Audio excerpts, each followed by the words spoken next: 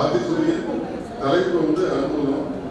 அன்புள்ளம் என்ற தலைப்பை வந்து தேர்வு செய்ய காரணமாக வந்து நமது முனைவர் கோவிந்தராஜன் சார் அவர்களுக்கு வாய்ப்பளித்த அவருக்கு மிக நன்றியை தெரிவித்துக் கொள்கிறேன். அதாவது அவர் வந்து தலைப்பு கொடுக்கும் போதே வந்து இரட்டை சீர்வரிசையிலையும் தமிழ் மொழி உலகின்படியும் தெரியாததுன்றதால கரெக்டாக நான் வந்து மேக்சிமம் முடிஞ்சவங்க பண்ணியிருக்கேன்.